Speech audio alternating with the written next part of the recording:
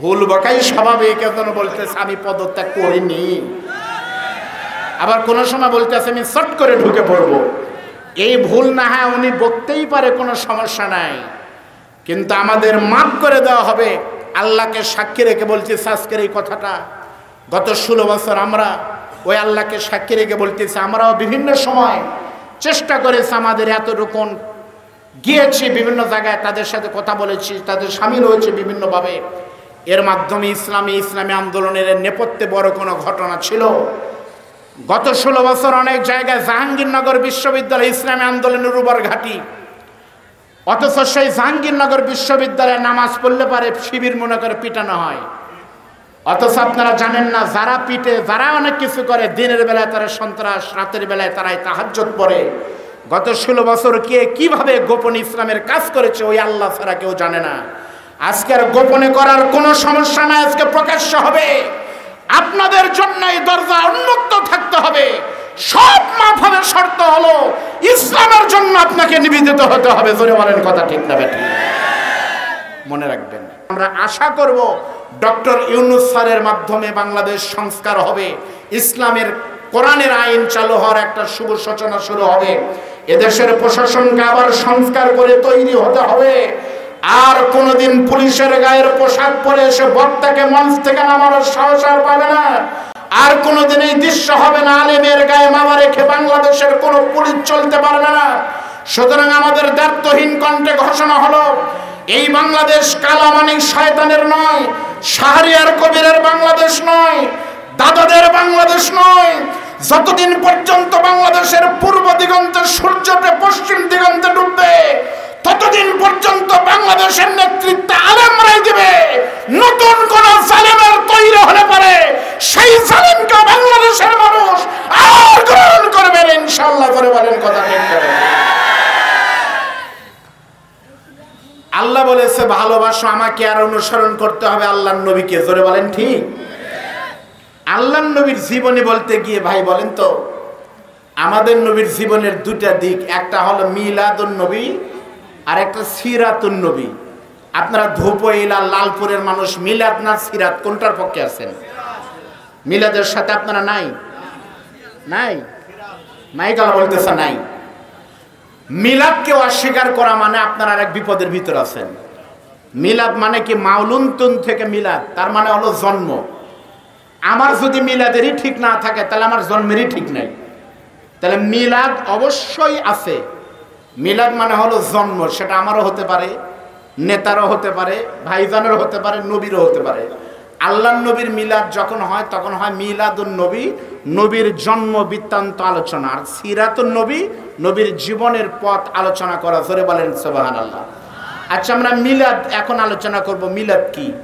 আচ্ছা বলেন তো, আল্লাহর নবী দুনিয়াতে আসলেন, জন্মগ্রহণ করেছেন মা আমিনার পেট থেকে, কথা সত্য না মিথ্যা?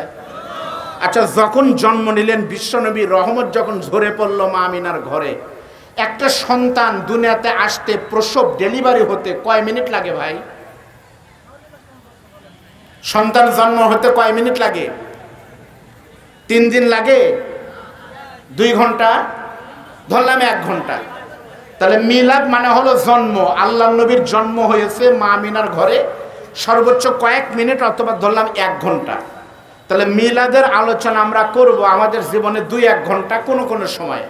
আর সিরাত মানে হলো আল্লাহর নবীর 63 বছরের পুরো জীবন। তাহলে আপনি মিলাদের পিছনে ঘুরতেছেন 10 মিনিট আর 1 ঘন্টার ব্যাপার, অথচ নবীর সিরাতের পিছনে ঘুরতেছেন না, এটা ঠিক না। আমরা নবীর মিলাদকেও বিশ্বাস করি, সিরাতকেও মেনে চলবো। জোরে বলেন কথা ঠিক না ঠিক? চলেন আমরা নবীর মিলাদ জন্মের কিছু কথা ইনশাআল্লাহ বলতে চাই, আল্লাহ যেন কবুল করেন, বলেন আমিন। আমার বন্ধুগণ, এই পৃথিবীতে আল্লাহ 1,24,000 নবী দিলেন। কোন নবীকে আল্লাহ তাআলা পাঠালেন শুধুমাত্র মক্কার জন্য, কোন মানুষকে নবীকে আল্লাহ দিলেন শুধুমাত্র একটা ভাষার জন্য। কিন্তু আল্লাহ তাআলা আপনার নবীকে, আমার নবীকে শুধুমাত্র মক্কা বা মদিনায় নয়, আল্লাহ তাআলা আমার নবীকে সারা পৃথিবীর জন্য রহমত করেছিলেন। বলেন সুবহানাল্লাহ। সারা পৃথিবীর রহমত আমার নবী। আল্লাহ রাব্বুল আলামিন বলেন, লাকাদ কানা লাকুম ফি রাসূলিল্লাহি উসওয়াতুন হাসানাহ। আল্লাহ পাক বলেন, নবী আপনার চরিত্রকে এই পৃথিবীর মানুষের জন্য আমি সর্বপ্রথম এবং উত্তম মডেল করে দিলাম। আপনার চরিত্রের মতো সুন্দর চরিত্র পৃথিবীর আর কারো হবে না। বলেন সুবহানাল্লাহ। জন্ম নিলেন, কি হয়েছিল আমি সংক্ষেপ করে বলতেছি, একটু তাকান। আমার বন্ধুগণ, আমরা জানি আল্লাহর নবীর পিতার নাম হলো আব্দুল্লাহ, আমার নবীর মায়ের নাম হলো আমিনা, নবীর দুধমার নাম ছিল সেই সাদিয়া গোত্রের মহিষী রমণীর নাম হলো হালিমাতুস সাদিয়া। মক্কার মদিনায় যারা গেছেন, তায়েফে কিন্তু তারা গেছেন। মা হালিমাতুস সাদিয়ার বাড়ি কিন্তু ছিল তায়েফে। আপনাদের দয়া আল্লাহর রহমত, আল্লাহ আমাকে 2 বার মক্কায় কবুল করেছে। আমি 2 বার তায়েফে গিয়ে দেখেছি, একই দেশ কিন্তু পার্থক্য আছে। সেই তায়েফ এমন একটা জায়গা, মক্কায় আপনি যাবেন, মক্কায় কোনো মানুষ কিন্তু এয়ার কন্ডিশন ছাড়া কোনো বাড়ি নাই। কোনো ভিক্ষুকও যদি ভিক্ষা করার জন্য গাড়ি বের করে, তার গাড়িতেও কিন্তু এসি আছে, এত গরম। কিন্তু তায়েফ এমন একটা জায়গা, যেই তায়েফে গেলে পারে তায়েফের কোনো গাড়িতে এয়ার কন্ডিশন দরকার নাই। একই দেশ মক্কার হওয়ার কারণে আমার আল্লাহ তাআলা তায়েফের আবহাওয়াকে এমনিতেই সুন্দর করে দিয়েছে। বলেন সুবহানাল্লাহ। তায়েফ মাটি থেকে, সমতল ভূমি থেকে কয়েক হাজার ফিট উপরে। আপনারা হাজির সাহেবরা গেছেন, তায়েফে যেতে যেতে এক পর্যায়ে কিন্তু ড্রাইভারেরা গাড়িতে এসি বন্ধ করে দেয়। আমি বললাম, ভাই এসি বন্ধ করেন কেন? হুজুর দেখেন কি বাতাস। যেমন আমি কয়েক মাস আগে দার্জিলিং গিয়েছিলাম, আমার মাহফিল ছিল। দার্জিলিংয়ে যখন আমি গেলাম, তখন বলতেছে, হুজুর এখন আমাদের দেশে গরমের দিন, দার্জিলিং নাকি তখন গরম। একটা ফ্যান আমার চোখে পড়েনি, কোনো ফ্যান নাই দার্জিলিংয়ে, এয়ার কন্ডিশন নাই, গরমের দিন। তারপরও রাতের বেলায় কম্বল গায়ে দিতে হয়। ওই রকম তায়েফ কিন্তু ঠান্ডা। তায়েফের প্রকৃতি অনেক সুন্দর, মানুষের ব্যবহার ভালো, ভাষা সুন্দর। তার মানে মক্কা আর তায়েফের ভিতরে আকাশ আর জমিন পার্থক্য। সুবহানাল্লাহ বলেন। সেই জন্য মক্কার কোনো মানুষের সন্তান জন্ম নিলে তায়েফের নারীদেরকে তারা বাগি দিত, বর্গা দিত। কোনো নারী যদি, তায়েফের কোনো নারী যদি মক্কার কোনো সন্তানকে 2-2.5 বছর দুধ খাওয়াতো, তাহলে ওই সন্তানের চেহারা ভালো হতো, ভাষা সুন্দর হতো, ব্যবহার সুন্দর হতো। সেজন্য আল্লাহর নবী, বিশ্বনবী যখন দুনিয়াতে আসেন, তায়েফের সাদিয়া গোত্র থেকে অনেক নারীরা এসেছে মক্কায় প্রতিদিনের মতো সন্তান নেওয়ার জন্য। সকলেই বড় বড় উটে চড়ে, ঘোড়ায় চড়ে চড়ে সন্তান নিয়ে যাবে। আল্লাহর নবী, বিশ্বনবী রহমাতুল লিল আলামিনের বাড়ি দেখেছেন, বাইতুল্লাহর পাশে একটা ঝুপড়ি ঘরের সামনে দাঁড়ায়া আল্লাহর নবীর দাদা আব্দুল মুত্তালিব তখন সমস্ত নারীদেরকে ডাক দিয়ে বলতেছে, তোমরা কারা? বলতেছে, আমরা তায়েফ থেকে এসেছি সন্তান নিতে। আব্দুল মুত্তালিব বলতেছে, এই ঘরের ভিতরে একটা সন্তান আছে, তোমাদের দয়া হলে তোমরা নিয়ে যেতে পারো। প্রত্যেকটা নারীরা তখন তাকায় দেখে ভাঙা ঘর। তখন চিন্তা করে, ভাঙা ঘরের সন্তানকে যদি আমরা দুধ খাওয়াই, তাহলে আমাদেরকে বেশি টাকা দিবে না, নিয়ে লাভ নাই। টাকার জন্য কেউ আল্লাহর নবীকে দেখেও নি, না দেখে দেখে চলে গেছে। সবশেষে এসেছে হযরতে হালিমাতুস সাদিয়া। হালিমা যখন এসেছে, আল্লাহর নবীর দাদা হালিমাকে ডাক দিয়ে বলতেছে, হালিমা, আমার এই ঘরের ভিতরে আমার একটা নাতি আছে, নাম হলো মুহাম্মদ। তোমাকে নিতে হবে না, শুধুমাত্র তুমি চোখের দেখায় একবার দেখো, যদি তোমার পছন্দ হয় তাহলে তুমি একটু দয়া করে নিতে পারো। হালিমা তখন স্বামীকে বলতেছে, স্বামী গো, একটু দেখি, যদি ভালো লাগে নিব, না হলে খালি হাতে ফেরত যাব। হালিমাতুস সাদিয়া বলে, রে নবীর পাগল উম্মতেরা, শোনে না, আমার স্বামীর সঙ্গে পরামর্শ করে আমি হালিমাতুস সাদিয়া যখন ভাঙা ঘরের ভিতর ঢুকেছি, ওই আল্লাহর কসম করে বলতেছি, তোমাদের শিশু নবীকে নিয়ে মা আমিনা যখন কোলে তুলে আদর করতেছিল, আমি হালিমা ঢোকার সঙ্গে সঙ্গে আমার কাছে মনে হয়েছিল সন্তান নয়, আকাশের পূর্ণিমার চাঁদ যেন হাসতেছে।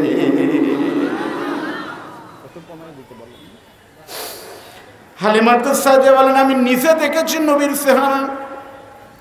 মা আমিনার কোল থেকে যখন আমি তাকে কোলে নিলাম, আমি হালিমাতুস সাদিয়ার শরীর দুর্বল, সঙ্গে সঙ্গে আমার শরীরের সতেজতা ফিরে এসেছে। যেই দুর্বল উটটা চলতে পারে না, নবীকে নিয়ে আসার সঙ্গে সঙ্গে ওই উটটা আগের থেকে আরো সবল হয়ে গিয়েছে। বন্ধু আমার খেয়াল করেন, মা হালিমা বলতেছে, আমি আমার আল্লাহর নবী বিশ্ব নবীকে বাড়িতে নিয়ে গিয়া যখন কাঁদতেছে খাবার জন্য ডান পাশের দুধ যখন বের করে দিয়েছি, তোমাদের শিশু নবী তখন ডান পাশের দুধ খাচ্ছিল, কিন্তু কিছুক্ষণ পর যখন বাম পাশের দুধ দিয়েছি, তোমাদের শিশু নবী তখন বাম পাশের দুধ খায় না। আল্লাহ আকবার করো। ডান পাশের দুধ দেই খায়, বাম পাশের দুধ দেই খায় না, একবার খায় না। ঘটনা কি? আম্মুনা কলাম হয়তো আমার স্তনে কিছু ভরে আছে, সুন্দর পরিষ্কার করে আবার দিলাম। ডান পাশে খায়, বাম পাশে খায় না, ডান পাশে খায়, বাম পাশে খায় না, কান্নাকাটি করে। মনে হলো আমি বুঝতে পেরেছি তোমাদের শিশু নবী কান্নাকাটি করে বোঝাচ্ছে, হালিমা মা আমাকে জোর করবেন না, আপনার আরেকটা দুধের সন্তান আছে, আমরা দুই ভাই, আমি ডানের দুধ খাই আর আমার ভাই বামের দুধ খায়। আমি ডান খেতে খেতে যদি বামও খাই, ডানও খাই, বামও খাই, দুটাই খাই, তাহলে আমি আমার দুধের ভাইয়ের হক নষ্ট করেছি, নষ্ট করলাম। আমি নবী পৃথিবীতে এসেছি মানুষের হক, ভাইয়ের হক প্রতিষ্ঠিত করার জন্য, হক নষ্ট করার জন্য আসে নাই। তাই নবী আমার ডানের দুধ খায়, বামের দুধ খায় না। জোরে বলেন আল্লাহু আকবার। আমার এই সমাজের বহু আশেক রাসূল আছে, ডানের দুধ আর বামের দুধ না, শুধুমাত্র এই দুধ বলতে মানুষের হক বুঝায়। এমন বহু টুপিওয়ালা দোকানদার আছে যারা পারলে পারে দুধের ভিতর পানি দিতে দিতে পানির ভিতরে ভেজাল দিবে দুধ বাদ দিয়ে। জোরে বলেন কথা ঠিক না বেঠিক? এমন বহু নবীর উত্তরসূরিরা আছে যারা অন্যায় করতে করতে কত জায়গায় অন্যায় করবে, হক মারা তো দূরের কথা, নিজের স্বার্থ সিদ্ধি করার জন্য নিজের ভাইকে, অপর মুসলমানকে গুলি করে হত্যা করেছে। হাজার হাজার নমুনা বাংলাদেশে আছে। জোরে বলেন কথা ঠিক না বেঠিক? আজকের এই মাহফিল থেকে একটা হাদিস বলে আমরা একটা ভুল হাদিস বলে এই দিক তাকান। ভাইরা আমার, আপনারা যারা দাঁড়ায় আছেন ভাই, দয়া করে একটু বসেন ভাই, বসেন ভাই, বসেন। আপনাদের একটা টেন্ডেন্সি হলো প্রধান বক্তার সময় আসবো, প্রধান বক্তা এখনো উঠেনি, প্রধান দ্বিতীয় কেন বলবেন? বসেন, বসে দাঁড়। আমরা একটা মানুষ মনে করি, দেখেন, আল মুসলিমু মান সালিম আল মুসলিমুনা মিন লিসানিহি ওয়া ইয়াদিহি। হাদিসের অর্থ কি? আমার বড় ভাইরা আছে, ইসলামী আন্দোলনের কর্মীরা, আমার বড় ভাইরা আছে, আমি জানি এলাকা অনেক আলেমদের, আমার মিজানুর রহমান নাটোরী সহ অনেক আলেমদের বসবাস। হাদিস হলো আল মুসলিমু মান সালিম আল মুসলিমুনা, যার মুখ এবং ইয়াদিহি হাত, দুটা হাত থেকে অন্য মুসলমান নিরাপদ নয়, সে মুসলমান হতে পারে না। আমরা মনে করি যার হাত থেকে অন্য মানুষ নিরাপদ না, মিথ্যা কথা, হাদিস তা নাই। আল মুসলিমু মান সালিম আল মুসলিমুনা, মুনা জমার সিগা বহু বচন, তাই না ভাই? তার মানে আমার হাত থেকে যদি অন্য মুসলমানেরা নিরাপদ না হয়, সে মুসলমান হতে পারে না। গত 16 বছর পুলিশের যেই ওসির হাত থেকে এলাকার মুসলমানেরা নিরাপদ হননি, আপনি ওসি মুসলমানের বাচ্চা হতে পারেন, হাদিস অনুযায়ী আপনি বেঈমান হয়ে গেছেন, আপনি আবার মুসলমান হয়ে যান। এলাকার কোন নেতা যদি সেরকম হয়েই থাকে, নিরাপদ নয়, আপনি বেঈমান হয়ে গেছেন, হাদিস মতে আপনি আবার মুসলমান হয়ে যান। আপনি মুসলমান হয়ে আবার ফিরে আসেন, ইসলামী আন্দোলনের আমিরের ঘোষণা আপনাকে আবার মাফ করে দেওয়া হবে।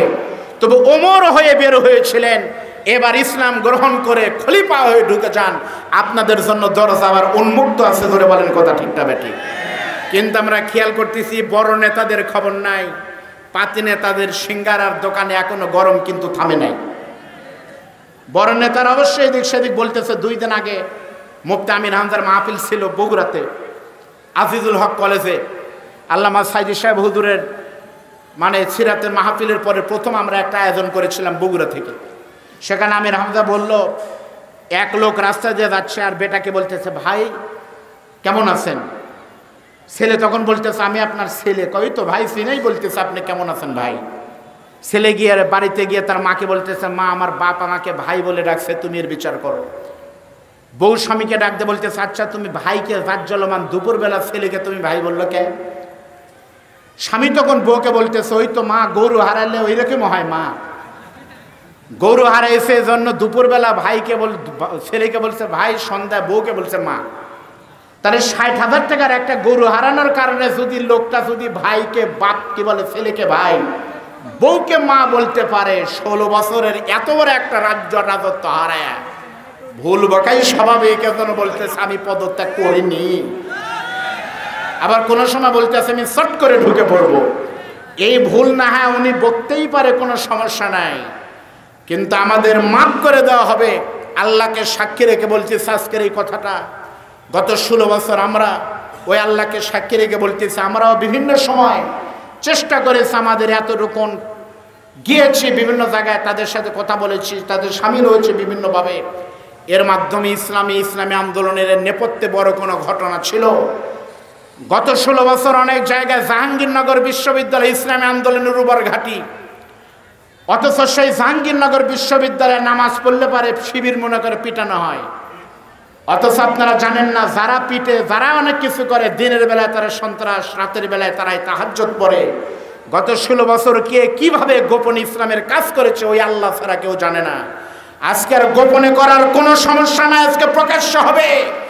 আপনাদের জন্য এই দরজা উন্মুক্ত থাকতে হবে, সব মাফ হবে। শর্ত হলো ইসলামের জন্য আপনাকে নিবেদিত হতে হবে। জোরে বলেন কথা ঠিক না বেঠিক? মনে রাখবেন, খেয়াল করেন, আল্লাহর নবী বিশ্ব নবী যখন মায়ের দুধ খেলেন, আমার নবী যখন আস্তে আস্তে বড় হচ্ছেন, আল্লাহর নবীর বয়স যখন 10 বছর, তখন মক্কার বড় নেতা ছিল, নাম হলো আবু জেহেল। জোরে বলেন নাম কি? আবু জেহেল একদিন বক্তব্য দিতে গিয়ে মক্কার লক্ষ লক্ষ মানুষের সামনে বলতেছে, মক্কার জনগণ, আমি তোমাদের নেতা আবু জেহেল, তোমাদের আবুল হাকাম বলতেছি, আমার এলাকার একটা ছেলে আছে, আমার ভাতিজা, নাম হলো মুহাম্মদ। জন্মের আগেই তার পিতা মারা গেছে, 6 বছর বয়সে মা মারা গেছে। আমার সেই সন্তান ভাতিজার নাম হলো মুহাম্মদ। তোমরা বিশ্বাস করো না করো, আমার এতিম ভাতিজা মুহাম্মদ জীবনে কোনোদিনও মিথ্যা কথা বলে নাই। সুবহানাল্লাহ বলেন। আচ্ছা, জীবনে মিথ্যা কথা বলেন নাই এমন কে আছেন? এ ছেলে ভাই, এই কি চুপ। জীবনে না, গত 1 মাস মিথ্যা কথা বলেন না, আপনি কি আছেন? এই যে আমার বাপ জানেরা আছে, আছে, অনেকে থাকতে পারে। তাহলে জীবনে মিথ্যা কথা বলে নাই। সঙ্গে সঙ্গে জনগণ বলতেছে জীবনে, কয় হ্যাঁ 10 বছর বয়স এখন পর্যন্ত মিথ্যা কথা বলে নাই। জনগণ তখন বলতেছে, কে গো? আমার নবীকে যখন এসেছে, আপনাদের আমি অনুরোধ করি, আপনাদের একটা কিতাবের নাম বলেছি, আমি একটা হাদিস বলতেছি, শুধু আমার বলার ভাষা নাই, কারণ আমার সময় কম, কখন আমার শ্বশুর হাজির হয়ে যায় তার ঠিক নাই। এজন্য শামাইলে তিরমিজিতে বাবে মা জাফির খলকে রাসূলুল্লাহ সাল্লাল্লাহু আলাইহি ওয়াসাল্লাম, আবু জেহেল যখন আমার নবী শিশু নবীকে মঞ্চে হাজির করেছে, মক্কার লক্ষ লক্ষ জনগণ তখন আবু জেহেল থেকে বাদ দিয়ে পূর্ণিমার চাঁদ আমার নবীর দিকে তাকায় আছে। ধরে বলেন আল্লাহু আকবার। আপনারা বলবেন, হুজুর পূর্ণিমার চাঁদ তাই বলে? আমার নবীকে যদি পূর্ণিমার চাঁদ বলি তাহলে মিথ্যা কথা হবে। কেন? কারণ আকাশের পূর্ণিমা চাঁদের চাইতে আমার নবী সুন্দর ছিল। আপনাদেরকে বিশ্বাস হয়? কেমনে হবে? আমার মুখের কথা বললে বলবেন হুজুররা মিছেই বলে। এ বাবে মা জাফি খলকে রাসূলুল্লাহ সাল্লাল্লাহু আলাইহি সাল্লামের হাদিস, আন জাবির বিন সামুরা রাদিয়াল্লাহু তাআলা আনহু قال قال رسول الله رأيت رسول الله صلى الله عليه وسلم في ليلة الإدهيان وعليه حلة حمراء فجعلت انظر إليه وإلى القمر فلا هو عندي أحسن من القمر। হযরত জাবের বলেন, আমি নিজে দেখেছি একদিন পূর্ণিমার চাঁদ, যেদিন মদিনায় সুন্দর পূর্ণিমার চাঁদ উঠেছে, এ রাতের বেলায় আমি মানে জাবের বিন সামুরা বের হয়েছে ঘোরার জন্য। এমন সময় দেখলাম আব্দুল্লাহর এতিম ছিল আমাদের বিশ্ব নবী, ঘর থেকে একটা সুন্দর জামা গায়ে দিয়ে নবী আমার বের হয়েছে, মদিনার রাস্তায় ঘুরতেছে। উপরে পূর্ণিমার চাঁদ আর নিচে রহমাতুল লিল আলামিন ঘুরতেছে। আমি সামুরা জাবের বারবার তাকিয়ে দেখেছি, একবার চাঁদের দিকে তাকিয়েছি, একবার নবীর দিকে তাকিয়েছি, একবার নবীর দিকে তাকালাম, একবার চাঁদের দিকে তাকালাম।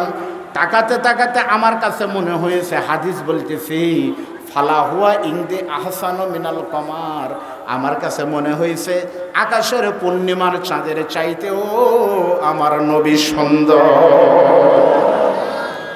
সমস্ত লোক নবীকে দেখতেছে। আবু জেহেল বলতেছে, খালি চেহারা সুন্দর না, গত 10 বছর মিথ্যা কথা বলেনি, খারাপ কথা বলেনি, কিছুই বলেনি।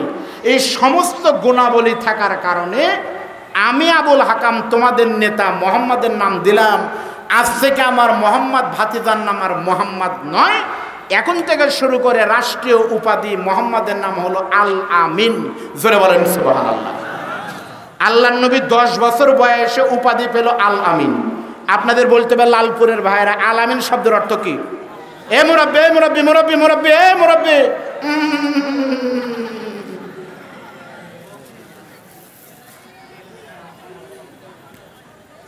আপনারা বলেন আল আমিন শব্দের অর্থ কি? মিথ্যা কথা। আল আমিন শব্দের অর্থ সত্যবাদী নয়। আল আমিন শব্দের অর্থ হলো অতি সত্যবাদী, যার চরিত্রের কোনো মাপদণ্ড নাই। As a father, as a teacher, as a lawyer, as a reformer of society, the prophet Muhammad super man of the world, মহাসত্যবাদী, তাকে বলা হয় আল আমিন। সুবহানাল্লাহ বলেন। আচ্ছা, আল্লাহর নবীকে আল আমিন ডিগ্রি দিল আবু জেহেল। আবার কোরআন আল্লাহ তাআলা বলতেছেন ওমা আরসালনাকা ইল্লা রাহমাতাল লিল আলামিন। তাহলে আল্লাহর নবীকে আল আমিন ডিগ্রি আল্লাহ দিল না আবু জেহেল দিছে? আপনাদের বলতে হবে কে দিছে? আল্লাহ দিছে, আবু জেহেল দেয়নি, আবু জেহেলও দিছে। তাহলে আল্লাহর নবীকে আবু জেহেল আল আমিন ডিগ্রি দেওয়ার মাধ্যমে এটা প্রমাণ হলো আবু জেহেল আল্লাহর নবীকে ছোটবেলায় ভালোই বাসত। ঠিক না ঠিক বলেন? আমার নবীর বয়স যখন 10 বছর, তখন কিন্তু আবু জেহেল আল্লাহর নবীকে বলেছিল তুমি আল আমিন। আমার নবীর বয়স যখন 15 বছর, তখন নবীর বিরুদ্ধে কোনো মামলা নাই, তখনও কিন্তু নবী ছিলেন আল আমিন। আমার নবীর বয়স যখন 20 বছর, তখনও কিন্তু নবী ছিলেন আল আমিন। আমার নবীর বয়স যখন 30 বছর, তখনও কিন্তু নবী ছিলেন আল আমিন। আমার নবীর বয়স যখন 35 বছর, তখন আবু জেহেলের বাড়ি আর নবীর বাড়ি হাদিস সাহেবদের বলে দেখেন মাত্র 100 হাত দূরত্বের, তখনও কিন্তু আবু জেহেল বলছে আল আমিন। আমার নবীর বয়স যখন 39, তখনও কিন্তু বলেছে বাবা তুমি আল আমিন। কিন্তু আমার নবীর বয়স যখন 40 বছর পূর্ণ হয়েছে, নবী যখন নবুয়তি পেয়ে গেছে, আর আল্লাহর নবীর দলে যখন দলে দলে লোকজন ঢোকা শুরু করেছে, তখন আবু জেহেল দেখেছে হুজুরের দল তো শেষ হয়ে গেল, আমাদের দলতে বাজেয়াপ্ত হয়ে গেছে। তখন দল বাঁচানোর জন্য, চেয়ার বাঁচানোর জন্য, 40 বছর পরে গিয়ে ক্ষমতা টেকানোর জন্য আমার নবীকে আল আমিন ডিগ্রি আবু জেহেল দিয়েছে। 40 বছর পর্যন্ত আবু জেহেল আল্লাহর নবীকে আল আমিন সত্যবাদী জানত। কিন্তু নবী খারাপ হয়েছে আবু জেহেলের কাছে 40 বছর পর। আপনারা বলেন কয় বছর পর? নবীর জন্ম 570-এ, আর নবীতে পাইছে 610-এ। তাহলে 570 থেকে 610 কয় বছর হলো? জোরে বলেন।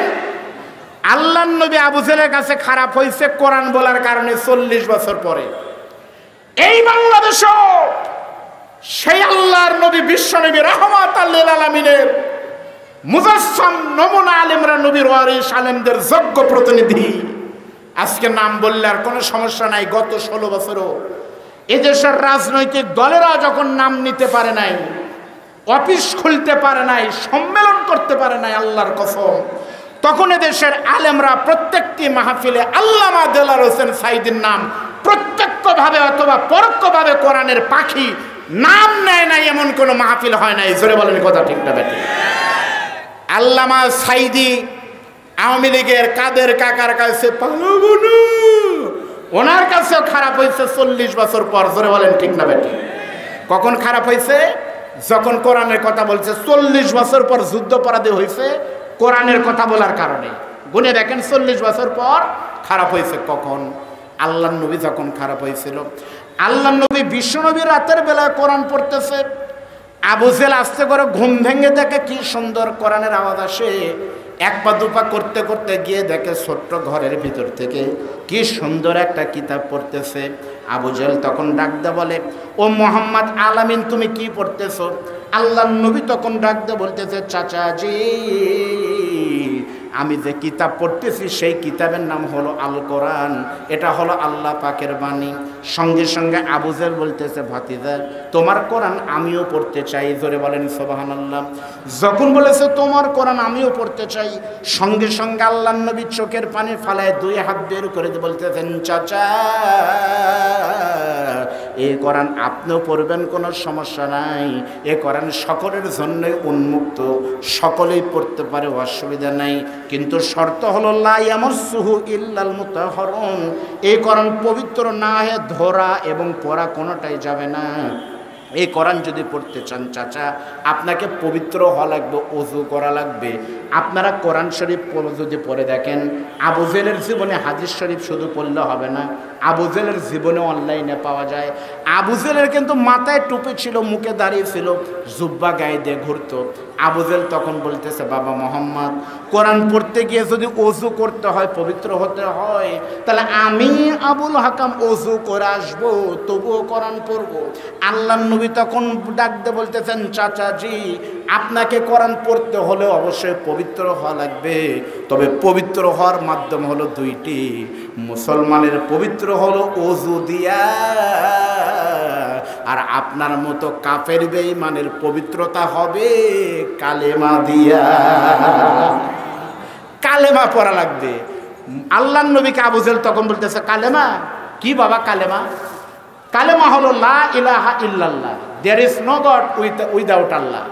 আল্লাহ ছাড়া কোনো ইলাহ নাই। সঙ্গে সঙ্গে আবু জেহেল, আল্লাহর কসম, সঙ্গে সঙ্গে আবু জেহেল বলতেছে, আমি মেনে নিলাম লা ইলাহা ইল্লাল্লাহ, আমি মেনে নিলাম। নবী বলতেছে, পরের অংশ হলো মুহাম্মদুর রাসূলুল্লাহ, আমি হলাম মুহাম্মদ, হলাম নেতা, সমাজ সংস্কারক। সঙ্গে সঙ্গে আবু জেহেল বলতেছে, আল্লাহ মানি কিন্তু তোমাকে মানি না। আল্লাহ মানি কিন্তু তুমি কে? গত 16 বছর তাই হয়েছে। কিন্তু হুজুর কোরআনের কথা বলেন, রাজনীতির কথা বলেন না। হুজুর কোরআনের কথা বলেন, ওই হুজুরের নাম ধরেন না। কোরআনের কথা বলেন, ওই দলের নাম নিয়েন না। বলেনি। আল্লাহর নবী তখন বলতেছে, চাচা, তাহলে যদি তাই হয়, আমি কালেমা যদি না মানেন, এইটুক না মানলে হবে না। আবু জেহেল তখন আল্লাহর নবীকে বিভিন্ন প্রলোভন দিয়ে যখন মানে নাই, তখন সর্বপ্রথম কোরআনের মাহফিলে 144 ধারা জারি হয়েছিল মক্কায়। অকাল আল্লাযীনা কাফারু লা তাসমাউ লিহাযাল কোরআন। আবু জেহেল বলেছে, যদি তুমি এই কোরআনটা ঘরের বাইরে গিয়ে বলো, তাহলে তোমার খবর আছে। আল্লাহর নবী ঘরের বাইরে যখন গেছে, তখন মায়ের শুরু হলো, জেল হলো, জরিমানা হলো, বাড়িঘর ছাড়া হয়েছে, পাগল বলা হয়েছে, জাদুকর বলা হয়েছে, সব অপবাদ দেওয়া হয়েছে। মিলায় দেখেন, নবীর সময় আর এই সময় সব মিলে যাবে। এটাই হলো ইসলাম। লা তুহসা জাইবুহু, কোরআনের কোনো পরিবর্তন হবে না। নবী নাই, নবীর ওয়ারিসরা থাকবে। আবু জেহেল নাই, আবু জেহেলের ওয়ারিসরা থাকবে কিয়ামত পর্যন্ত। জোরে বলেন কথা ঠিক না বেঠিক? আল্লাহর নবী কিন্তু কোরআনের কথা বললেন। প্রিয় ভাইরা, আমি নবীর মিলাদের কথা বলতেছি, জন্মের কথা। আজকে আমার মাত্র এই কথা বলতে আর কোনো বাধা নাই। যখন 5ই অক্টোবরে, 5ই আগস্টে নতুন স্বাধীনতার সূর্যোদিত হলো, বিশ্বাস করেন, এ আল্লাহর কোরআন সামনে নিয়ে বলতেছি, আমার মনে হয় এখানে এমন কোনো মানুষ নাই যারা আগস্টের 2, 3, 4 আন্দোলনের রাজপথে যায়নি। আমার মনে হয় নাই। সত্যি বলতেছি, আমরাও যখন গিয়েছি বগুড়ার আলেমরা একসাথে, সত্যি বলতেছি, ওখানে গিয়েছি আমি অন্য কোনো উদ্দেশ্যে না। আমার উদ্দেশ্য যে কয়টা ছিল, তার ভিতরে প্রথম একটা উদ্দেশ্য ছিল, যদি আল্লাহ করে দেশটা স্বাধীন হয়ে যায়, তাহলে কিন্তু আমাদের সবার স্বপ্নে ছিল রাষ্ট্র পাবো, এই হবে সেই হবে। কিন্তু রাষ্ট্র পাবার পরে সকলের একটা অপূর্ণতা রয়েছে। আর একটা বছর আগে যদি এই ঘটনাটা ঘটতো, তাহলে বাংলাদেশে আর এত ঘন ঘন মাহফিলের দরকার হতো না। নাটোর নবাব সিরাজউদ্দৌলা কলেজ মাঠে, অথবা বনপাড়ার তাফসীর মাহফিল, আল্লামা সাঈদের একটা মাহফিল হলে 16 বছরের কষ্ট এই দেশের নাটোরবাসী একদিনে ভুলে যেত। ধরে বলেন কথা ঠিক? কিন্তু সব হলো, কিন্তু আমরা তো সেই হারানো সম্পদ আর ফিরে পেলাম না। প্রিয় ভাইরা, খেয়াল করেন, আল্লাহর নবীর মিলাদের গল্প এখানে শেষ। এখন আমি আপনাদেরকে বলবো, নবীর সিরাত কেমন ছিল। আল্লাহর নবীকে ভালোবাসি, এ ভালোবাসা শুধু মুখে বললে হবে না, আমাদেরকে নবীর আদর্শ দিয়ে প্রমাণ করতে হবে। জোরে বলেন ঠিক না বেঠিক? আচ্ছা ভাই শোনেন, আমার বাড়ি কিন্তু নাটোরে। আমার ভাষা কি আপনারা বুঝতেছেন? নবীর মিলাদে সবাই খুশি, কিন্তু নবীর সিরাত মানি না। উদাহরণ দেব, কেমন একটা গল্প বলি। ভাই ঘামে যাচ্ছেন? আচ্ছা, আপনাদের নাটোরে সবচাইতে বড় ব্যাং, ওই ব্যাঙের নাম কি দাদা? হ্যাঁ, বড়টা ব্যাং, বড় ব্যাং, ঘোলা ব্যাং। আমাদের বউ ব্যাং, পাবনাতে বলে হোলা ব্যাং, কিন্তু জিনিস একই। আচ্ছা, আমি যদি ভাইয়ের নাম কি? শাহাদত ভাই। শাহাদত ভাইকে আমি এখন ঘোষণা দিলাম, ভাই আমাদের যদি ওয়াজ 12টা পর্যন্ত হয়তো চলবে শ্বশুর জামাই মিলে, আপনারা 10টা ঘোলা ব্যাং, এক একটার ওজন হওয়া লাগবে কমপক্ষে 5 কেজি। 60 কেজি হলেই ভালো হয়, 5 কেজির কম নয়। 5টা ব্যাং যদি ধরে দিতে পারেন তাহলে আপনাদের আর টাকা দরকার নেই, যা বায়না দিচ্ছেন ওটাই শোধ। এই কমিটি যান, আপনারা ব্যাংক খুঁজে বের করেন। পারবে? পারবে না আমি জানি। কিন্তু আমরা এখান থেকে চলে যাওয়ার পর যদি সকাল থেকে সেই রকম বৃষ্টি শুরু হয়, তখন দেখবেন বড় বড় ব্যাংক রাস্তায় ঘুরতেছে আর বের হয়ে বলতেছে ঘ ঘ ঘ ঘ। সাজদ ভাই বলতেছে এই ব্যাংক কই ছিলি রে? ব্যাংক বলতেছে ওই স্কুলের পিছনেই ছিলাম। কিন্তু তখন বের হয়নি, হুজুর ধরে নেওয়া যায়, যদি বুক ছিঁড়ে গুলি করে, চোখ যায়, পাওয়া যায়, ককটেল মারে, এই জন্য বের হয়নি। এখন হুজুরা বনপাড়া পার হয়ে গেছে, এখন আমরা বের হয়েছি। নবীকে ভালোবাসা আওয়ামী লীগ, বিএনপি, জামাত, জাতীয় পার্টি, তাবলিগ, আটরশি, নয়রশি, রাজারবাগ, দেনবাগ, রংপুরি, জোনপুরি, হাকিমপুরি, সবাই নবীকে ভালোবাসে। কখন? বছরে 2 বার। মুহররমের 10 তারিখে হাই হোসেন, হাই হোসেন। যাও এইদিকে চলে যাও। কোথায়? নাটোরে গিয়ে বড় বড় কাঁচা গোল্লা আনো, ভালোবাসি। 10ই মুহররমে নবীর জিকির করে, হুসাইনের জন্য দোয়া করে, গর্তের ভিতরে ঢুকে আর বের হলো না। আবার বের হয়েছে রবিউল আউয়াল মাসের 12 তারিখে, 2 দিন আগে আবার বের হয়, ইয়া নবী সালাম আলাইকা ভালোবাসি। মাঝখানে 1 আগস্ট, 2 আগস্ট, 3 আগস্ট আন্দোলন গেল। মীর সাব্বিরের মতো পানি লাগবে মুগ্ধর মতো ওরা বের হয়নি, আর সাইদের মতো বুক পেতে দেয়নি। ওরা তখন গর্তে ছিল, কারণ জানে এখন বের হলে জীবন দেওয়া লাগতে পারে। এরা নবীকে ভালোবাসে, ভালোবাসা সত্যকার ভালোবাসা নয়। ভালো তারাই বাসে, মুখে হয়তো তোমাদের মতো দাড়ি হয়তো বড় বড় নাই, এদেশের বিশ্ববিদ্যালয় ইসলামী আন্দোলনের কর্মীদের গায়ে হয়তো জুব্বা নাই, কিন্তু হয়তো তোমাদের মতো খানকা নাই। তারাই নবীকে প্রকৃত ভালোবাসা, নবীকে অনুসরণ করে। যারা নিজেদের জন্য, নবীর অনুসরণের জন্য, নবীর আদর্শের জন্য হাসি মুখে শাহাদাত বরণ করার জন্য বুকের তাজা রক্ত, বুকের ভিতরে বইছে ঝড়, বুক পেতেছি গুলি কর, নবীর ইসলামের জন্য সাইদের মতো যারা বুক দিতে জীবন দিতে পারে, সম্ভ্রান্ত পরিবারের সন্তান মুগ্ধরা যখন হাসি মুখে রক্ত দিতে পারে, ইসলাম আন্দোলনের সেই সকল ত্যাগী কর্মীরা দাঁড়িয়ে জন্য নয়, রক্তের বিনিময়ে আল্লাহর কসম এদেশের সমস্ত পীরের আগে তাদের রক্ত তাদের টেনে জান্নাতে নিয়ে যাবে। ধরে বলেন কথা ঠিক না বেঠিক?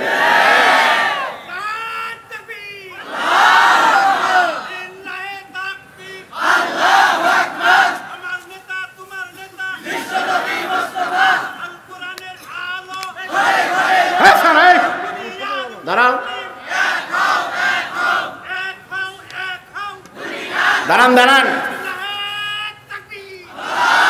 আপনাদের সাথে একমত হতে পারলাম না।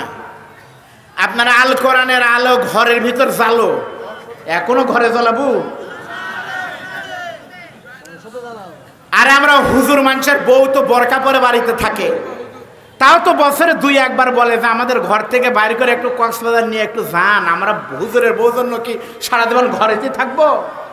তাহলে হুজুরের বউয়েরা যদি বেড়ানোর জন্য ঢাকা কক্সবাজার যাবার চায়, 16 বছর ঘরে রেখেছিলেন, এইবার আর ঘরে নয়, পার্লামেন্টে কোরআনকে পাঠানোর দিন এসেছে। ধরে বলেন কথা ঠিক না? প্রিয় ভাইরা, আমি তারই বিরুদ্ধে কথা বলতেছেন, আবার উল্টো ফতোয়া দিয়েন না। আমি বলতেছি আল্লাহর কোরআনকে সাক্ষী রেখে, নবীর হাদিস মান তামাসসাকা বি সুন্নতি ইনদা ফাসাদি উম্মতি ফালাহু আজরু মিয়াতে শাহিদ। নবীর একটা সুন্নাত যে পালন করলো সে 100 শহীদের নেকি পেল। সুবহানাল্লাহ বলেন।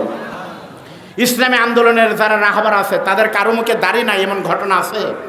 সকলের মুখে দাড়ি আছে।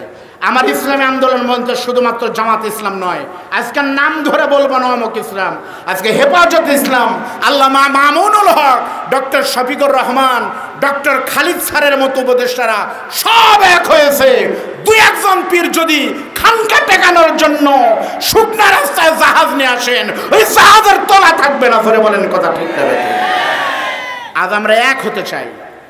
আমি দাড়ির বিরুদ্ধে না, কিন্তু খালি দাড়ি দিয়ে সব হবে এটাও ঠিক না। কেমনে বুঝবেন? আচ্ছা, কিয়ামতের দিন আল্লাহ যদি বলে জিবরাইল খালি দাড়ি মাইপে জান্নাত দিব, তাহলে বাংলাদেশের সমস্ত পীরের আগে, হুজুরের আগে জান্নাতে যাবে 2 জন, একজন রবীন্দ্রনাথ ঠাকুর আর একজন লালন শাহ। 2টারই দাড়ি, বড় ইমান নাই, তাহলে দাড়ি দিয়ে কি করবেন আপনি? সুতরাং দাড়ির সঙ্গে সঙ্গে ইমান থাকতে হবে। জোরে বলেন কথা ঠিক না বেঠিক? আলহামদুলিল্লাহ, আমরা দেখতে পাচ্ছি একেবারে ডিউ টাইম, জাস্ট 10 AM আমরা দেখতেছি আজকের মাহফিল অনারেবল চিফ গেস্ট মুফতি মাওলানা বদরুল রশিদ মিয়া আমাদের মাঝে আসতেছে। আমরা সকলের পক্ষ থেকে তাকে আন্তরিক মোবারকবাদ জানাতে চাই। আমরা একটু তাকবীর ধ্বনি দিয়ে